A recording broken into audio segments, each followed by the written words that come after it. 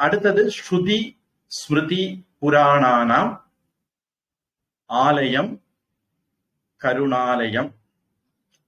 ஸ்ருதிகள், ஸ்மிருதிகள், புராணங்கள் இது முதலியவற்றிற்கு ஆலயமாக, அதாவது கருவூலமாக, புஸ்தகங்கள் இருக்கக்கூடிய இடத்துக்கு புஸ்தகாலயம், கிரந்தாலயம்னு பேரு. வித்யை, கல்வி இருக்கக்கூடிய இடத்துக்கு வித்யாலயம்னு பேரு. அந்த மாதிரி வரிசையில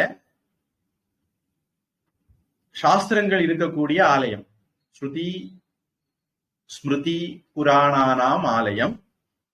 கருணாலயம்,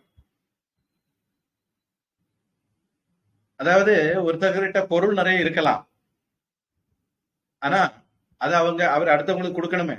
கொடுக்கறது கொடுக்காது அவருடைய முடிவு. ஒருத்தருக்கு எல்லாம் தெரியும், ஆனா அவர் நமக்கு சொல்லி தரணும்னு கிடையாது. ஒருத்தர்கிட்ட நிறைய பணம் இருக்கு, அவர் நமக்கு தரணும்னு கிடையாது.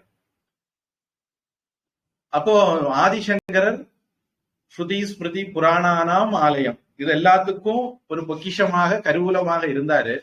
அவர் கத்துக்கிட்டது மட்டும் இல்ல, அவரு அதை நமக்கும் பகிர்ந்து வச்சுக்கிட்டு போயிருக்கார், பங்கு வச்சுட்டு போயிருக்கார். அதனால அவர் ரொம்ப கருணை உள்ளவர். கருணைக்கும் அவர் ஒரு கருவூலமாகத்தான் இருக்கார். அந்த கருணையினால நமக்கு அவருடைய அறிவை பகிர்ந்து கொடுத்துட்டு போயிருக்கார். அவருடைய சிஷ்யர்களுக்கு கொடுத்து இன்னைக்கு வரைக்கும் நம்ம வரைக்கும் வருது. ஸ்ருதி ஸ்மிருதி புராணானாம் ஆலயம் கருணாலயம் நமாமி பகவத் பாதம் சங்கரம் லோக சங்கரம். உலகத்துக்கு நன்மைகளை செய்யக்கூடிய லோக சங்கரம், சங்கரம் சங்கராச்சாரியரை. அவர் யாரு? பகவத் பாதம், சங்கர பகவத் பாதம்.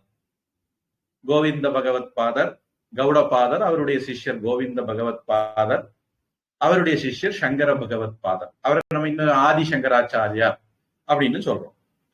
அவரை நமாமி, நான் வணங்குகிறேன். இது ஒவ்வொன்றுக்கு பின்னாடியும் சொல்றதுக்கு ஆழமா பாக்குறதுக்கு விஷயங்கள் இருக்கு. நேற்றைக்கு குரு பூர்ணிமா இருந்ததுனால நான் சுருக்கமா தொட்டு மட்டும் காட்டுறேன்.